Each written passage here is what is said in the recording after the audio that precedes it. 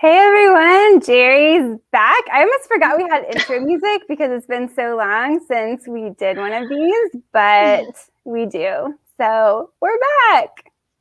Yay! I'm excited to see everyone. I feel like it's been a long time. We've kind of been in our writing caves too, so it's good to be back talking tropes and writing process. But I guess let's do our little round robin so we can hear a little bit about what everyone's been up to before we dive into tropes. Alysha, what about you? This was your topic idea, but we'll save that. But just tell us what you've been up to. I think I'm up to the same thing I was up to for our last talk, which is drafting draft 2 of this adult fantasy story. But things are going well. Right? Demon book. Okay. Yeah. And, still on submission. Summer was a really quiet time for being on submission. So hopefully hearing back from someone soon. Yay. Yeah, hopefully. Awesome. That's exciting. It is an exciting time in publishing because as the traditional publishing people will know, everybody's kind of on holiday for all of August, through Labor Day. And so everybody's waiting till after Labor Day for people to get back. And so I guess it's an exciting time or something. But Scarlett, what about you? What's been going on? Well, I'm officially on vacation as of Friday. So I get 2 to 3 weeks to do whatever I want, and then I have to jump into writing A Game of Retribution. But you guys know I've been writing KBB nonstop for the last 2 months. So it's done, it's turned in, it's Yeah, done. Awesome. Well, vacation is good. Do you have big plans? Just relaxing? I'm probably not going to be able to stay away from writing, so I'll probably do some minor outlining and try to get a little bit ahead on my long list of novels that are coming out over the next 3 or 4 years. Yeah, you set yourself a pretty rigorous timeline, so you're going to be busy. Yeah. That's exciting. I love it. Well, yeah, I have been keeping really busy too, writing all kinds of things. I finished the first draft of a horror novel, which was really fun. But then I got through the first draft and I was like, yeah, this doesn't work. I'm going to have to add 15 new chapters or something to make this work. But okay, let's stop here and then we'll go back to it. So I'm back to working on a middle grade for the moment, which is fun. That's, of course, my classic area. So that's going to be a cool thing to work on for a while. Puppies! The puppies I know, she's so loud. And actually, we were hoping that Ginny, our friend, was going to join us, who just had an amazing book release, Dark and Shallow Lies. But unfortunately, her dog is having some issues, so she couldn't be here tonight. But we're sending our thoughts to Doggo and everyone involved. And let's dive into tropes. I know Alysha's been wanting to talk about this one for a while. And I mean, I'm going to say I'm not the expert on tropes, on using them or on thinking of amazing examples or or subverting them. But we're just going to kind of talk about it. And also we're going to be taking live questions and comments. So if anybody has favorite tropes or tropes they hate or things like that, get those in there. But I think let's kind of start by defining it, because there are a couple of different ways to talk about tropes. And we're not talking about figurative language, because that's one type of trope, is different types of figurative language, stop and smell the roses, that's a trope. We're not talking about that. We're talking about tropes as different motifs and story devices that constantly pop up in, various types of media and fiction. So those types of tropes. But how is a trope different from a cliche? Let's start there, because I think there's this kind of confusion, and that's where this idea comes about that tropes could be good or bad, right? So Alysha, let me send it over to you. What do you think tropes versus cliches? Okay, so that's really good, because had a hard time like defining that. So for an example that helped me understand the difference was that like a cliche is something that's overdone, like that uses archetypes incorrectly. Like the dumb blonde, that's a cliche. Interesting. Yeah. And then like a trope would be like enemies to lovers. Right.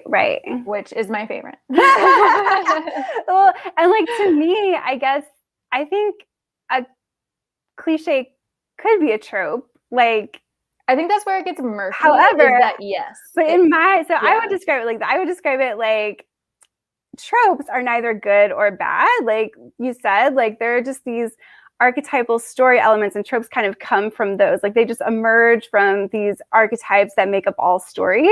So tropes are just kind of like the building blocks of stories, like things that we commonly see pop up in stories, whether it's like types of characters, types of relationships, plot devices, the butler did it, whatever it is, person walking away from an explosion unharmed. Like it can be anything like big or small like that we commonly see recurring. And it's only good or bad depending on how the writer uses it. And so if you use it in a way that is cliche and that's just overdone and lazy writing and you're just relying on it as a crutch, then I think that's when it comes into that zone of being like, that's so cliche. I hate that. That's just like bad writing and stuff. So for me, it's all about like the way that you do it as opposed to what it is. But I don't know, Scarlett, do you have a different idea about this like tropes versus cliches thing? My thought was, does a trope become cliche when it's oversaturated in the market, like love triangles? So maybe, because love triangles is a type of trope, and then it got cliche, I feel like. Yeah, right. And so then the question is, and that's one of my questions. Like, are there some tropes that are so oversaturated that doing just like a straight version of that trope is always going to be cliche? Like, do you think there are some tropes that you have to subvert, in other words, like, or invert or play around with, like love triangle? Do you think you can just do like a straight up love triangle and have it not be like feel cliche or overused? And you'll have to answer this because I'm not like the expert on love triangle stories. I was like, what do you think? I think it depends. I think I did get tired of love triangles for a few years, and then they started popping up more. I don't think they were subverted. They were just done in a way that was different again. So like, I agree. The one that I like sticks out the most is from Nevernight, where like it is a love triangle, but only in like book 2 and 3 of the series, and like one of them killed the other one. So like that made it even more like I would say that's subverted, right? Because you're leading up to the expectation that it's going to be a regular love triangle, and then one of them is dead and then comes back. So like he's dead. And I think The Court of Thorns and Roses kind of plays upon that love triangle with, Sarah J. Maas is sort of known for changing up love interests throughout her series. And I think she kind of has done that with Throne of Glass and with A Court of Thorns and Roses. So I think that she's managed to kind of, I had a poetry professor when you would change up the formula of a poem, she would call it freaking the form. And that's what I think of a cliche. Like you can freak the cliche and change it up a bit and then, make it new. So yeah, I think you can still do it, but traditional like Twilight kind of love triangle, I think is not gonna fly as much, Yeah, finding those ways to make it kind of fresh and new, and just get people still interested. Oh, puppies! Yes, come on, puppies.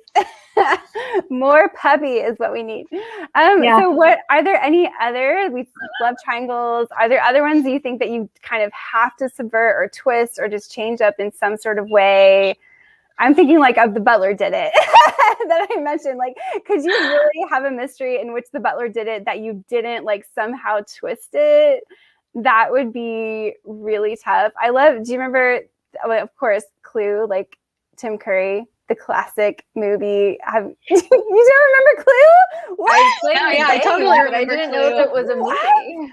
What? Oh my god! You didn't know Clue was a movie? Clue with Tim Curry. You didn't know that? Okay, well, it has like these multiple endings, and so like in some of the endings, like Tim Curry is the butler or whatever, and so I don't remember like all the exact endings, but in some of them, he's like an FBI agent, or some of them he's revealed to be like the murderer, but then, and it's just, so they do like every possible twist on it. And so when it's something like that, when you're like parodying the whole form of the murder mystery and stuff like that, then yes. But like, I don't know, doing just a straight novel in which the butler actually did it, and you didn't just use the butler to mislead the reader at first, and then it turns out it was someone else, or it didn't turn out that the butler, did it, but it was like an accident or something like that. I don't know if you could. I think you have to subvert it somehow. I feel like Knives Out kind of did that in a way, but like cleverly. It was I saw that, but I don't even remember. Yeah, well, it wasn't like the butler did it. It was, that did it. But it was an accident. It was all her perspective. Okay, yeah. Yeah, it was very cleverly done. And I think even though you could sort of predict, I felt like I could predict who was good. Some people could not predict. But I was like, oh, I think it's this person. It was still so cleverly executed that it was still enjoyable. So I do think that you can make that form. I bet you could do the butler in some way. Yeah. If you twist it around enough, you could come back to that. But like, all I think of when you say butler is Black Butler, which is an anime. I'm thinking too. I'm like, well, clearly, and he always does it. Like he's always like. And I don't know what that is. He wants Seal to die. Yeah, he's the demon butler, and he's like saves the day all the time. So, I do think there's a way. I think that's the fun thing about tropes is that you get to find ways to make some of them new, or just capitalize on your favorites. And so I think there are ways. My favorite, I realized, and this is like across all genres and books, and also in TV, movies, anime, literally anything. If this trope is in it, I will love it. And it's the grumpy character who actually cares a lot about everybody. Yeah. Of course. Of course, yeah. And they're like super rough on the outside and just like, yes, definitely. Grumpy one, sunshine one, my favorite. Yes. You have to, that's like Daryl from The Walking Dead, who of course I love, and was kind of the inspiration for the dads in like two of my middle grade novels, who are super rough on the outside and like bikers and stuff, but they like cry at sad commercials or just like anything, like that sort of thing for sure. Yeah, the sensitive one. Yeah. But I think so. And for me, like in terms of like, do you have to subvert it? I think that's such a universal character. I mean, that's just like a character trait as opposed to some, like, it would be hard to make that cliche, I think. It is used so much. It is used a lot. But I think everybody loves it so much that like no one wants it to be different. I don't know. I mean, I guess you could overuse it. And again, so here's the question though, is like, when you're planning to take a trope and just use it as is and not really subvert it, like how do you do it well? And like in this case, I think you just have to write a realistic, well-rounded character, and then it's going to come off as like, this is who they are. It's not going to come off as you're just doing this to play to the audience because they love this trope, right? It has to be, the character has to be that, not just occasionally act like that. I think so. And if it's like... Yeah, exactly. It's all about giving them actual human challenges and emotions, and focusing on a way they can relate to them too. Because even if you're not the grumpy one, maybe you're the sunshine one, you still want to be able to relate to the grumpy one. So, Yeah, and just, making them a full person, like they have wants and desires and complicated flaws and stuff, and they're not just that thing of being rough on the outside and like mushy on the inside. Yeah. Yeah, I like that. That's a really good one. Let's see, what else? What other favorite tropes?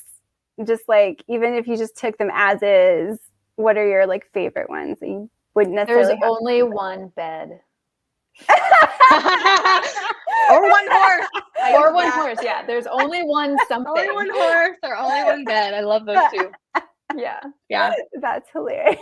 Yeah, I was totally I love listing the tropes in King of Battle and Blood because it's just like there's only one horse, enemies to lovers. Yeah, we've got they're both kind of grumpy. Okay. I need I know this book is coming out so soon, but like I need it. I love I was like, how am I supposed to get on, how do I get to one horse? And it's a sad conclusion, but whatever. No, poor horse. Soulmates. I love the idea of soulmates. It's like my favorite thing ever. Like destined to be together. Yes. Star-crossed I use this a lot. in past lives or something. Yeah. Yeah. It literally has appeared in every single one of my books. Each one has been enemies to lovers and soulmates somehow. So Okay, that was and it's different. One is enemies to lovers, and I can't wait to get to the lovers part, but I haven't No, it's so rewarding. I just kiss, damn it. That's a fun thing. That's a tough one for me. I know it is. I know, but the fun thing about anyway, I get it, but like I don't always get it. Like, to be honest, like I can't always buy into it. Okay, like, it depends though. It does depend. It does depend. Yeah. It can be really bad. Like it can be real toxic. And that's like anything. So yeah, sometimes I don't get that. I guess my favorite part, because there's different levels of enemies to lovers, of them like actually being terrible people, but somehow the main character falls for them. Or it's like, I like the ones where they come in thinking one way about this person, and over the course of like half the book, they realize, oh my gosh, I am actually wrong about them, and I guess I have feelings. Dang it. Yeah, that makes sense. It's one of my favorite tropes, and I think that so both my series, A Touch of Darkness and KBB, are enemies to lovers, but I think it's done very differently. And the fun thing in KBB was exploring this idea of like, how do you internally, how do you reconcile being like loyal to your people and these new people, and how do you show that, like how, and she's over in that kingdom for so long, and then she realizes like, oh, I'm no longer their enemy, but my father is coming to watch this coronation. How am I supposed to admit to this? Like, how am I supposed to act? I don't know how to act. And that was really interesting for me because that's not something I really explored in A Touch of Darkness. So it's really cool how you can take a trope and change it every time you use it. It won't feel the same. No. Yeah. I think that's what I love, why I like that trope in all of my media, is because it's so different every time. Yeah, because of the plot and the characters. Like I think I'll always write it. A real person. And I think the fun thing too is going through and kind of picking out exactly how many tropes you've used. Because like we said, we have like enemies to lovers, only one horse, soulmates. Like you can use a lot of tropes and change them. So yeah, definitely. Well, that's so many. Alysha, have you had ones that you've used in your own writing that are your favorites? Is revenge adventure a trope? I'm sure it could be. Yeah. This book is, both of the main characters are out for revenge. Okay. And I've done a book previously where someone was out for revenge. I like revenge stories. I don't know if that's a trope though. I'm sure. I mean, I think have you ever so. looked at TV tropes and just like how many and like the list of horror tropes and every kind? Like, wow, I never thought about it that way. But yeah, there are millions and millions of them. So I'm sure. Enemies to lovers. I've done. So this is the second time I've done enemies to lovers.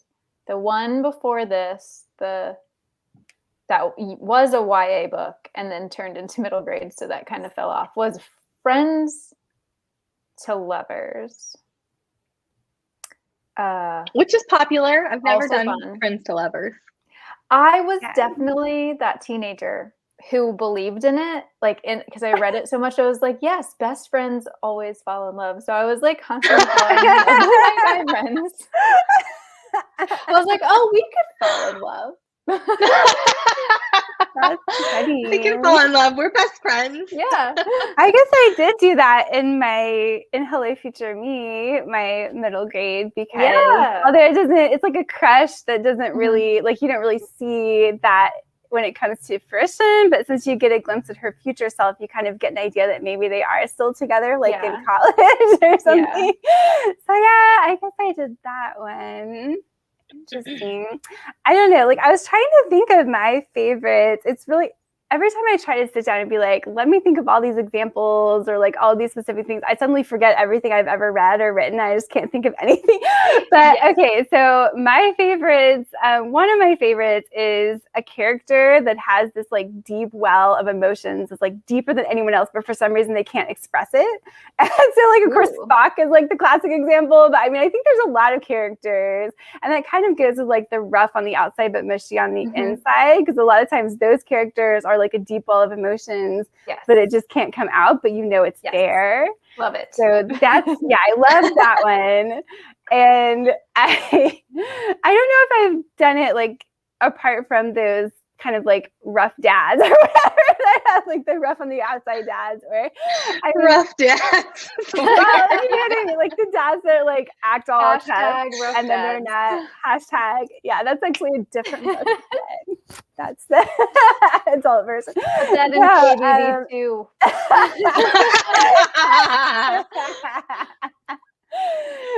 Yeah, I mean, I love that. I mean, I love anytime a character like for some reason like can't express themselves like in a scene, and so you just feel all of the suppressed like emotion or whatever, even on just like a scene level. I love that. And then another thing I love is like when you have a character that's not human, but they're more human than like all the other humans. Like they're either like an android or a computer or a hologram. I don't know, whatever they are, like an alien or something. But like, you know that they're actually like the most human like person on the screen. I love that. Yeah. Yeah.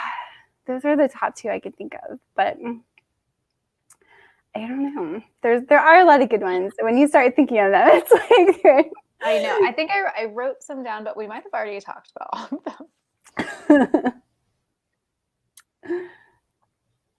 all of them. There was someone was talking about this online about like hurt comfort, where like a character gets hurt and they're either rival or enemy or like secret love interest comforts them.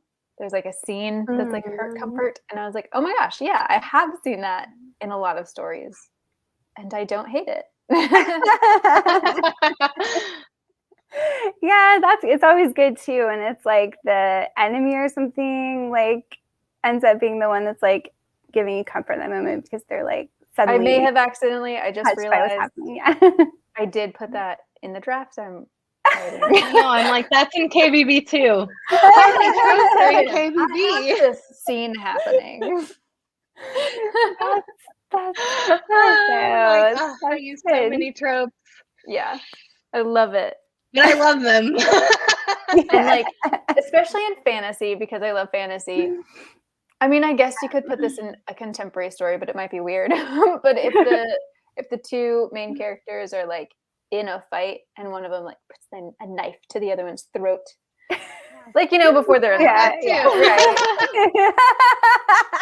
I don't know, maybe it is could it be a trope a to more stab? erotic Is it to stab them? Because what happens? I have a lot of clearly this book is just it should just be titled Tropes. So Yeah.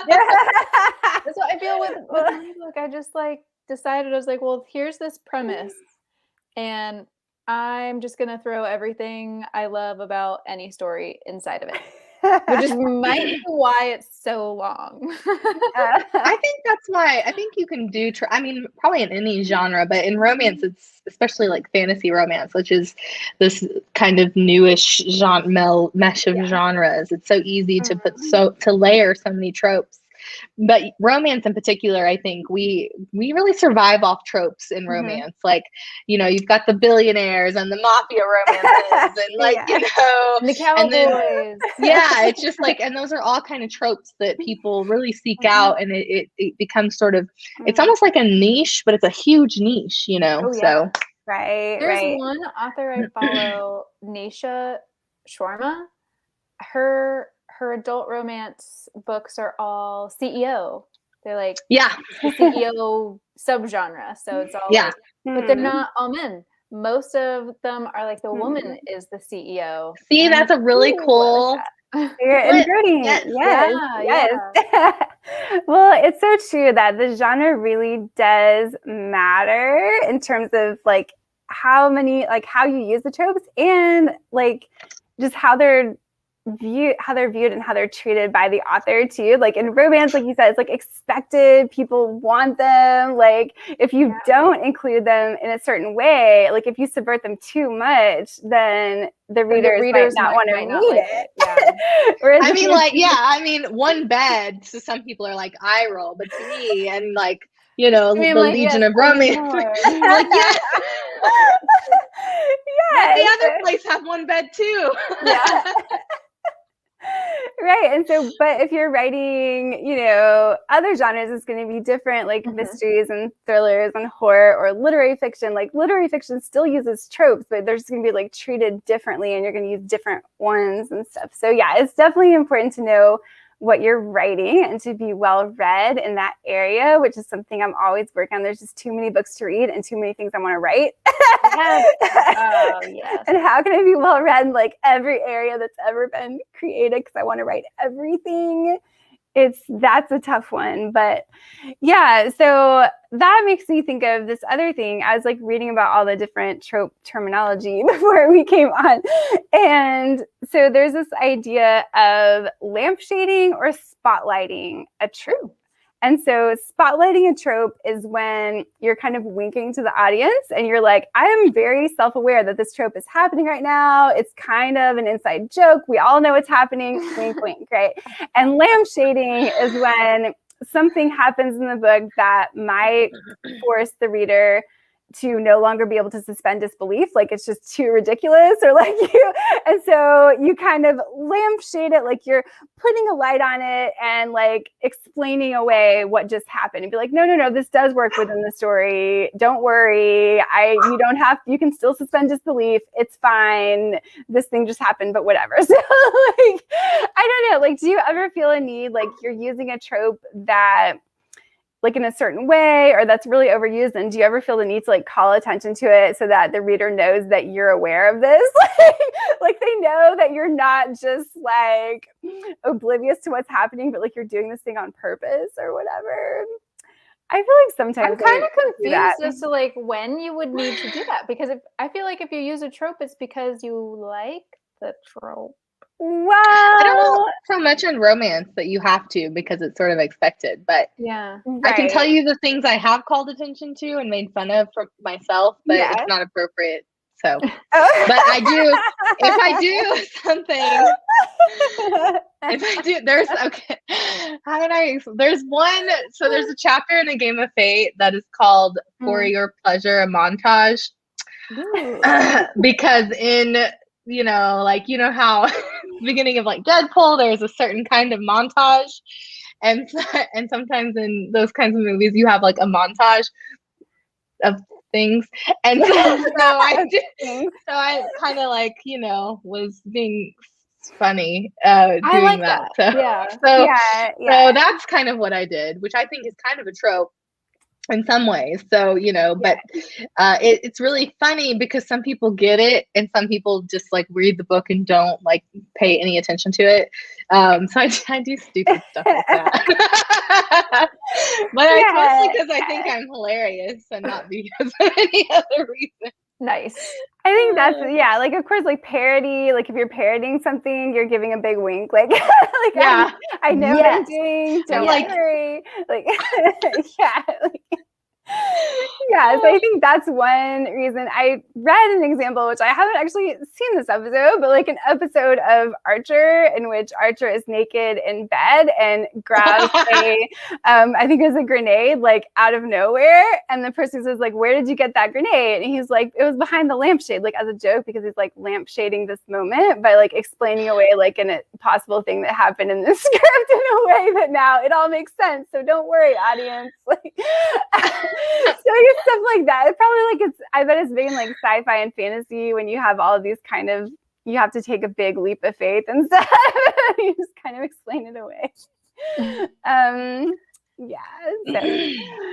don't know. I was kind of looking for like different things that have had interesting tropes or like things subverted in interesting ways. There are a lot of examples from It's Always Sunny in Philadelphia, which I haven't seen in a very long time. But my husband watches this constantly.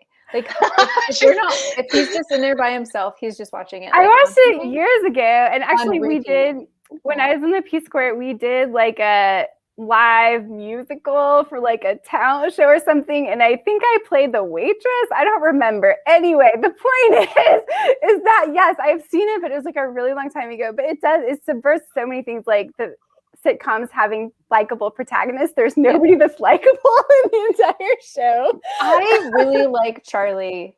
I told my husband this recently because he's himself 100% of the time. He does not care that he's a crazy person. Yes.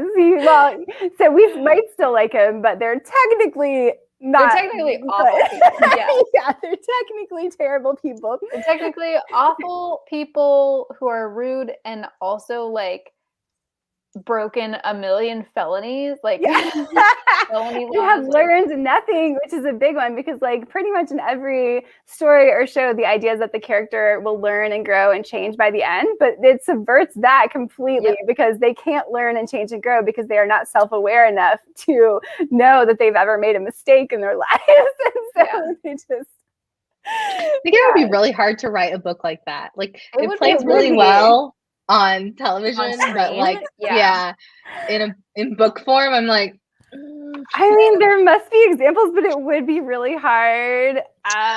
Maybe The Shadows Between Us is like, people describe that as like two Slytherins.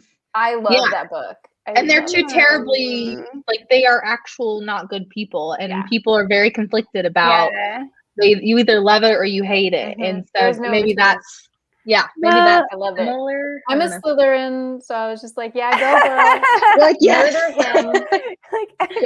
Get your crown. I guess like Chuck Palahniuk, like he has a book called Haunted, which is basically a bunch of short stories just about terrible people that don't even really have names, and like it's stuff. So stuff like that for sure. Like you have a lot of like literary fiction with books that are like none of the characters are meant to be good, and they don't necessarily change in the end. I think it's interesting to do in like romance or definitely like you have to kind of change and grow. You have to have a nice character arc in MG pretty much.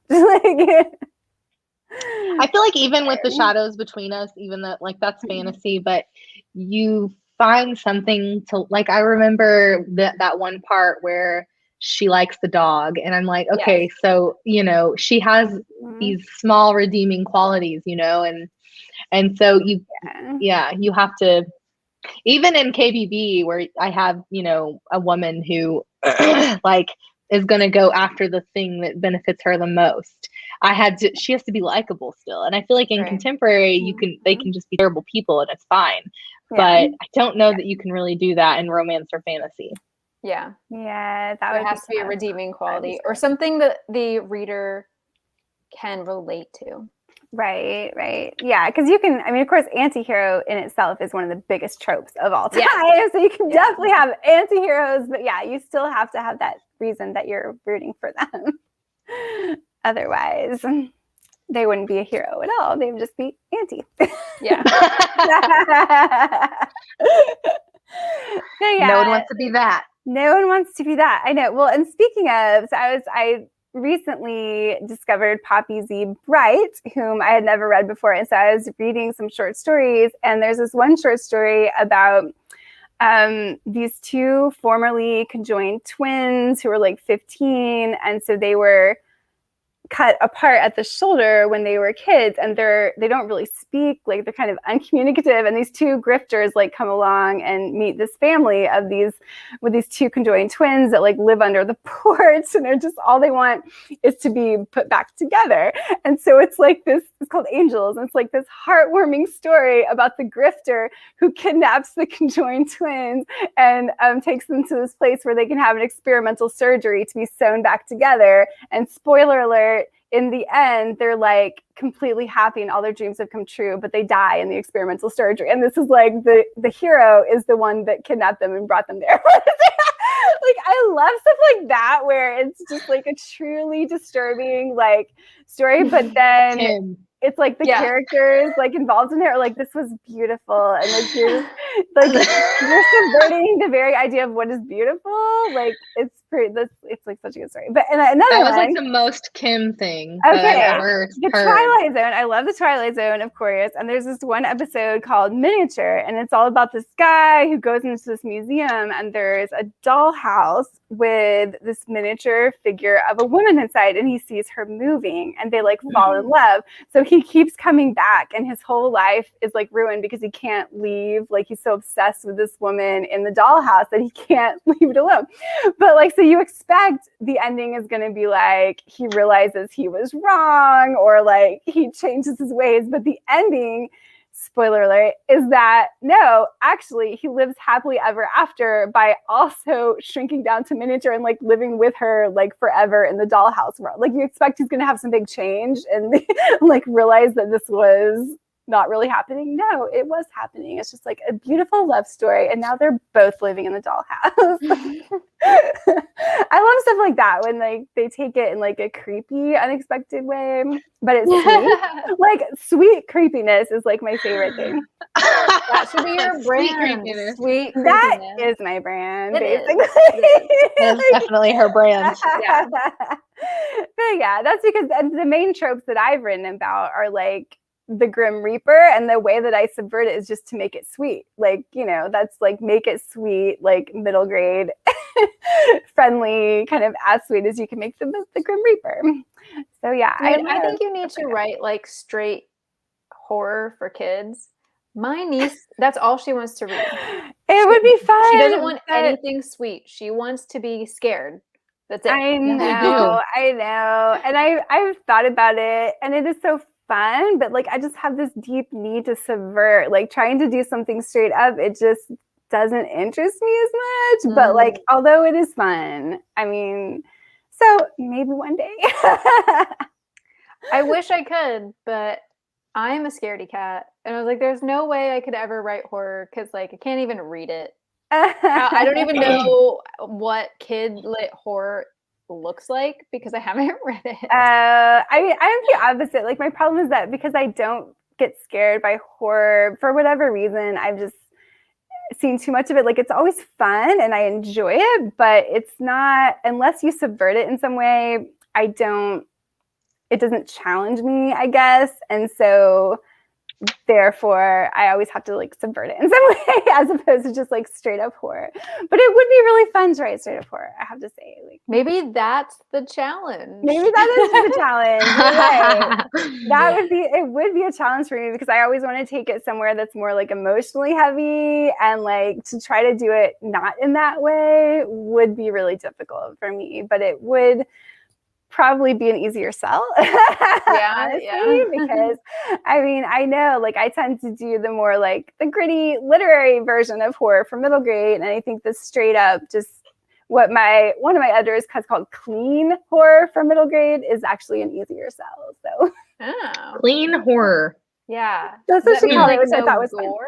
No, it doesn't. She actually just means like not trending into the gritty literary emotional heaviness, which I always go into, and just making it a straight up like a, you know, like people think of like a Goosebumps or something like that, like making it just a straight up horror, and it doesn't have those other elements, which I always enjoy adding in. So, but yeah, I'm actually rebelling against it even more now because the thing I'm working on is very purposefully like a supernatural sort of villain is mentioned, but like I'm really going against that and wanting to, because in middle grade, if you're going to have something evil or like a villain, the trope, like the trend, the thing is like it has to be supernatural. It can't be a real person doing evil things, and I'm just like rebelling against that in my current story. So because it's considered too dark for middle grade, but I think there's a way to do it, and that's kind of where I'm going. And one of my favorite stories ever, Tangerine, which is the middle grade, but it kind of borders on YA, does this. Like the evil is not supernatural. The evil is a person, and it's even a young person or whatever. It's done. It's like so good. So I think it can be done, but you have to really, be careful with it. But anyway, and just so reminder to people watching, we would love to hear your favorite tropes as well, or least favorite tropes, or questions about tropes. We've gotten in so many of our favorite tropes. What do y'all think that you can learn by studying tropes? Have you ever tried to do it like on purpose, or it just kind of came naturally from like reading and viewing things? I think for me, yeah, it just comes naturally. That's just the stuff I like. Yeah, it's just stuff I like that I'm like, ooh, I'm gonna do this thing, and it's probably because I really enjoyed reading it wasn't even a conscious it. thought about like the enemies to lovers thing. It just does. It's just when I start writing. Yeah. I mean, that makes sense because, you know, like we mentioned, if these are all kind of coming out of archetypes, we don't think about our archetypal stories. They're just the things that underlie everything. So it does make sense. But I would like to like study them more and like think about them more and be more conscious of it. But yeah, it gets hard for me because like I have such eclectic interests, and I tend to like jump around from thing to thing. So like it's hard for me to be well read in like that one thing. But that's what I would like to. I would just like to be more well-read in general. I think that's the way that you internalize these tropes and then figure out the ways that you're going to subvert them. But you have to know about them before you can subvert them, right? Right, yeah. I've recently gotten into like the mystery thriller kick.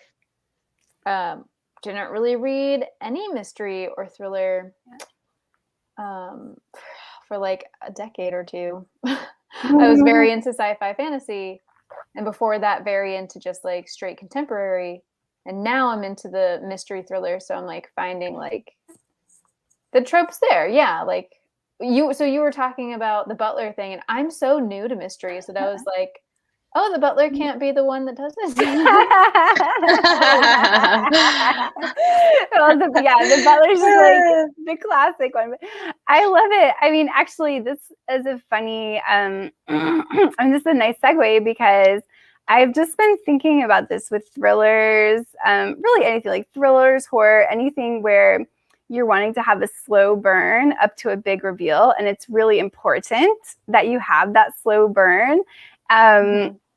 And I've also been doing a lot of like freelance editorial work too. So I've been reading a lot of other people's like work and stuff. And I know this is something like I really need to work on, not having the pace be too fast up front where you're doing something like a thriller, or not planting those clues that are too obvious or that are like such obvious tropes that they are cliches. So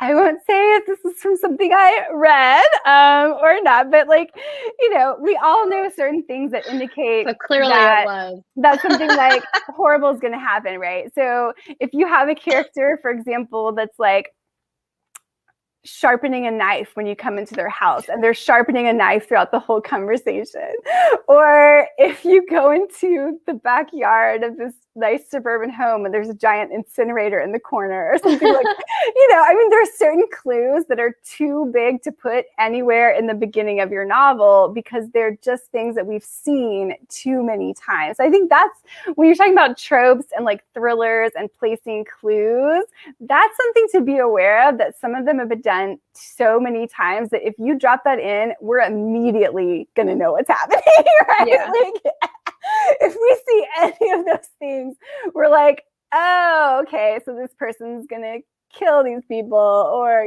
whatever. So yeah, just being aware of that. But it's so hard. I mean, I think slow burn is hard to do. I think it's hard to know if you're hitting those beats. It's especially once you get so close to the story. I still, I got so tired. I wrote KBB in such a short amount of time. I was like, I can't tell if anything I'm trying to do is working. I'm sure my editor That's would where have told I'm me at. still. And it's not because I've been doing it so fast. It's because I've been working on it for so long. Yes, or I that. did a year. And last night, I woke up in the middle of the night freaking out that the first half of the book is too slow. And I had to remind myself, hey, for a reader, they've just gotten into Act 2. For you, you've been in Act 2 for 4 months. But the reader just got here. I think your pace is fine. Can I just say, hard. I'm glad I'm not the only one who wakes up from stress dreams about books. The pace is all wrong.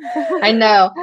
There were a few days I woke up at 5 o'clock just thinking about this book and being like, oh God, you've got to change that. You've got to do it now. You can't sleep anymore. Why?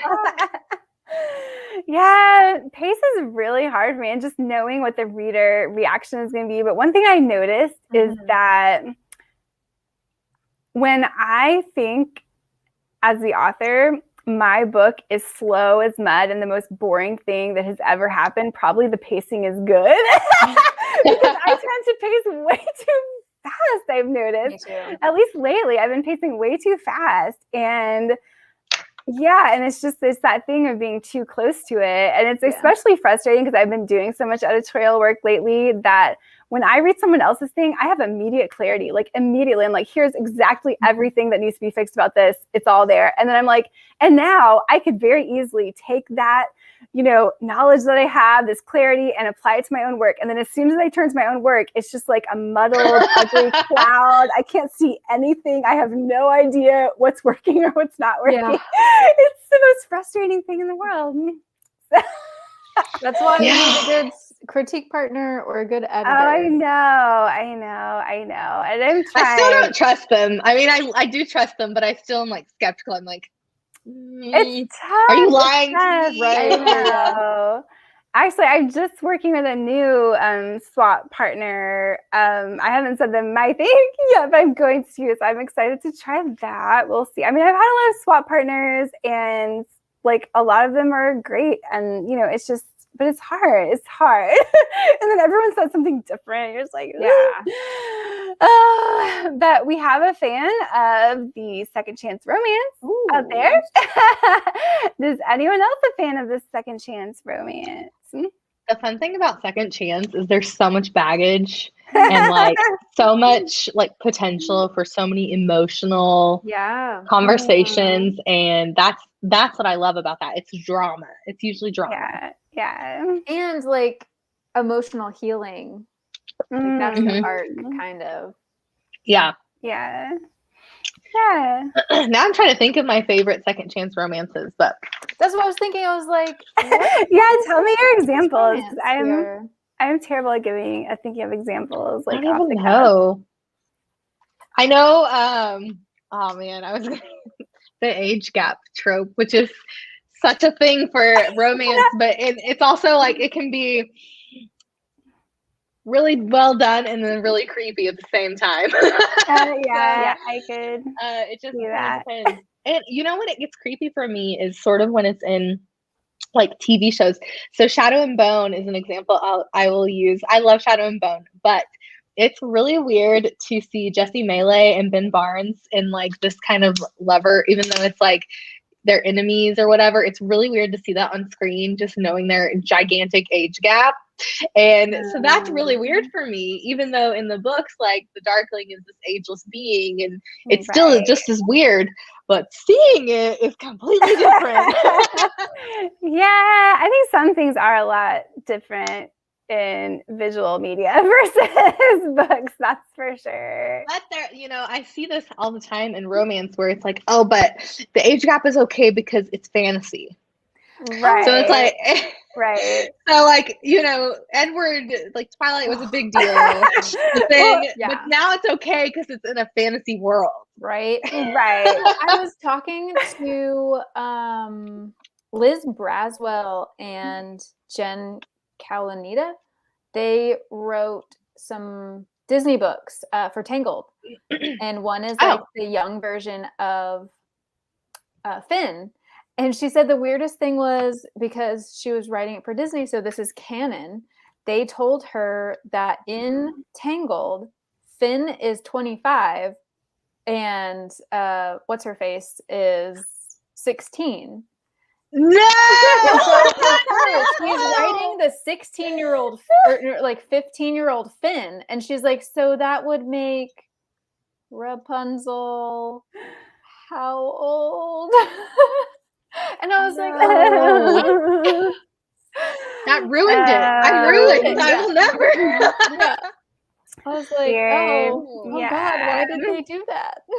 Why did they make that canon? They could have just said, like, yeah, he's 18. He's 2 years older. Yeah. But I mean, he's 25. It is a lot in fantasy, though. But, like, if there's a fantasy explanation, I feel like it's somewhat less creepy. Like, if it's because, like you said, the character is, like, 1,000 years old and the other one's, like, a regular person or something. Like, although it is some type of a being. Yeah. Or you become an adult at a different age in that world. So, like, maybe in that fantasy world, when you turn 16, you're considered an adult. And that's the age of, you know what I mean? Like, it just has to be done differently, I think. And although, even in Buffy, though, it is still creepy. Like, because she's like... Well, I have age gap all the time, so I can't complain, but... Well, it's just like... Yeah, I mean, so it is, but yeah, it's different in fantasy. It is way different. Yeah, it's interesting to see, like, to write that too, because like Hades is a ridiculously old god, and then you have Persephone who's like a 24-year-old, and people are always like, Persephone's so immature, and I'm like, well, yeah, compared to an ageless god, yes. Right. And also, what were you like at 24? Like, were you cool? Because I don't think you were. I think you were probably kind of annoying. So I do that trope all the time, I have to say, but there are instances. Too. I just realized I have an ageless being and a human. So it's just like, and I will say, like, in the TV in Shadow and Bone, I was like, this is creepy. Yeah, it's harder to do in TV. But Ben Barnes. Oh my I haven't seen it. Someone on Twitter tagged, they were so funny. They said, allow me to formally cast Ben Barnes as Hades. And I was like, oh, so so this is formal, like this is official. That was really funny. In for it. I liked him from his Voyage of the Dawn Treader days. Yeah, Prince Caspian, yeah. Oh, that's what he was in Prince. He is Prince Caspian. Yeah, he's been my celebrity crush for years. Yes, and then he finally blows up, and I was like, thank you. Yeah, thank you for acknowledging. So you're crushing on Prince Caspian. Yeah. Yes, I am. It was Prince Caspian and Edmund. I was like, oh, hi, you grew up. Edmund, really? I haven't seen any of these. Okay. You haven't seen Prince Caspian? I remember thinking, because I think I was in college, like freshman year or something, when Prince Caspian came out, and I thought that Ben Barnes was like my age, and he's like not at all. He's like 10 years older, and I was shocked because he was so young in Prince Caspian. I was like, oh, I found like a really young kid to play Prince Caspian, like it's supposed to be, but he was an adult, like times 10. How many Not high weird. school like actors are like actually 30-year-olds? Like high school Yeah, so characters, creepy. you know? Most of them. Yeah, most of them. Terrifying. Yeah, but that's TV for you, you know. What else? But well, we've come up with a lot of interesting tropes. And we I found mean, out that Ashley and I's book is full of them all. I know. So if you like tropes, you will like our books. Pre-order, KBD, and then Yes. tell someone to publish mine. Yeah, tell someone to publish more of mine. Same. Yeah, this will happen. Same over here. Oh, I almost forgot about one of my all-time favorites, which again is not like a romance trope, but one of my all-time favorite like sci-fi tropes is that they have the cookbook and it ends up being a cookbook for cooking people. I think this one has been parodied so many times. But I don't think one I've of the seen best. that, or I've not. That's a trope. It's from another Twilight Zone episode where these benevolent aliens come down and they're like amazing and they take everybody onto their spaceship and they're like, it's glorious, like come live with these fabulous aliens.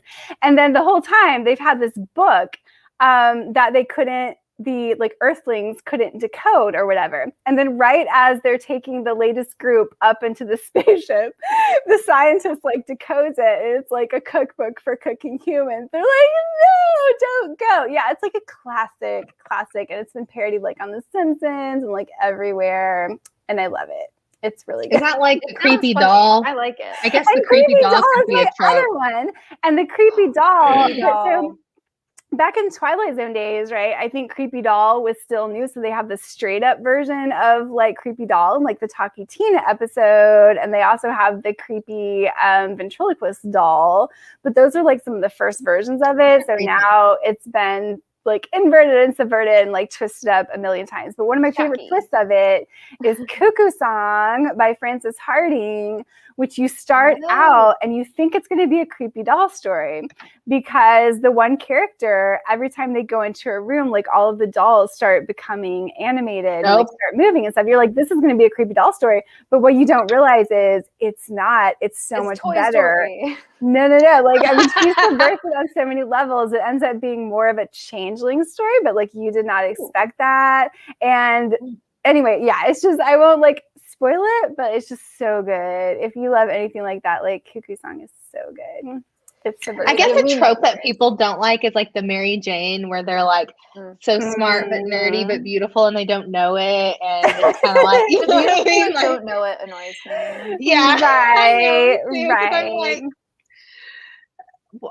can we not project that onto people? Like, I don't know, it's very weird, but I was just now thinking about that because that's a big deal. Like Twilight, I think I use Twilight as an example, and I'm not trying to dog on Twilight because I talk about a lot about the importance, I think, of those kinds of books got people into reading. So the reason your books are getting read right now is because of Twilight. So so I say that a lot, but I do think that it kind of sets up this thing in market where like there's been a wave of oversaturation. So the things that people at first really liked become, you know, stereotypes. Now you have to subvert them more or parody them, or everybody's now making fun of the sparkly vampires. And but it's also making fun of like going the complete opposite of I'm not like other girls.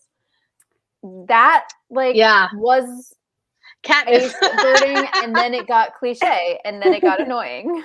Like, what's wrong with being a girl? Like, why do you have to be different than everybody? You can be. Everything keeps getting. Yeah. You just keep twisting it. You just twist around twisting. and around and around. Yeah, that's, you know. But yeah, I love. Oh, and like for vampires, like my favorite parody / subversion is What We Do in the Shadows.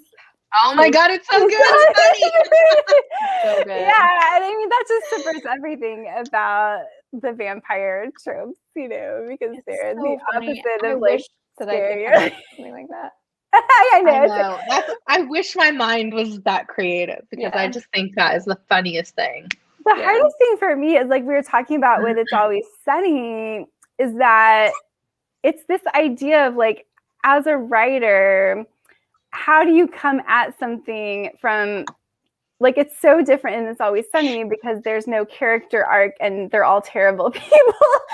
And in What We Do in the Shadows, like you have to approach it in the sense of like the comedic sense of like, yes, all these people are getting murdered, but like there's no emotional attachment to it. And like there's just we have this natural thing as humans is we want to place some sort of meaning onto things, or we want to, you know, again, like have people be likable or have people be good people. But it's like you have to very purposely, in order for that to be funny, like spend all of that. Like it's just that's what would be hard. My lights did that too, Ashley. I know, Okay. that was so I was weird. like, you both did it at the same time. I know. I was like, what is happening? We must be on the same grid. Must be. Yeah. So yeah, I don't know. Just Interesting.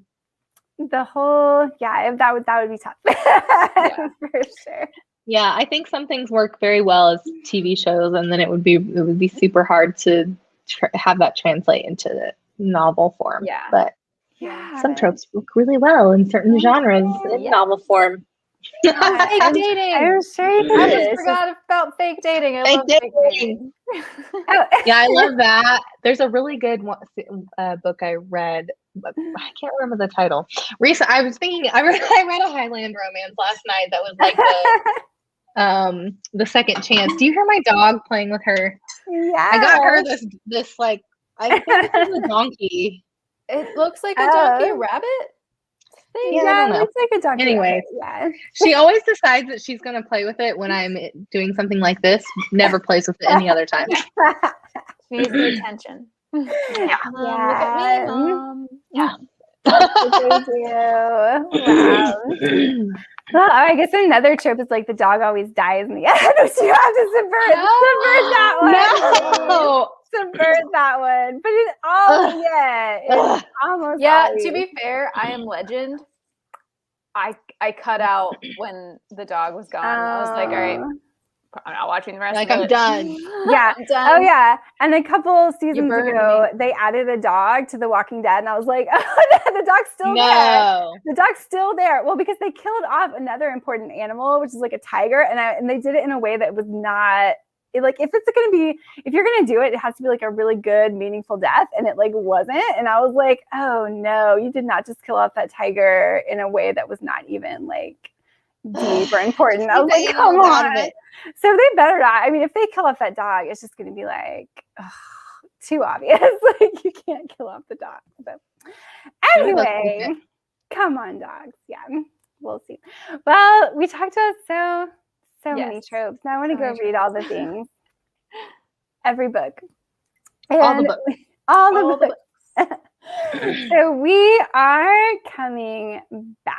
I believe we'll be back next week. And if you have any topics that you are interested in and you'd like us to talk about, get that in the comments. We are always looking for ideas, but we are so excited to be back. It was good to see y'all again. It's been a while.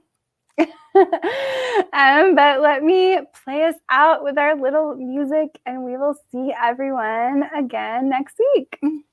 Bye. Good night.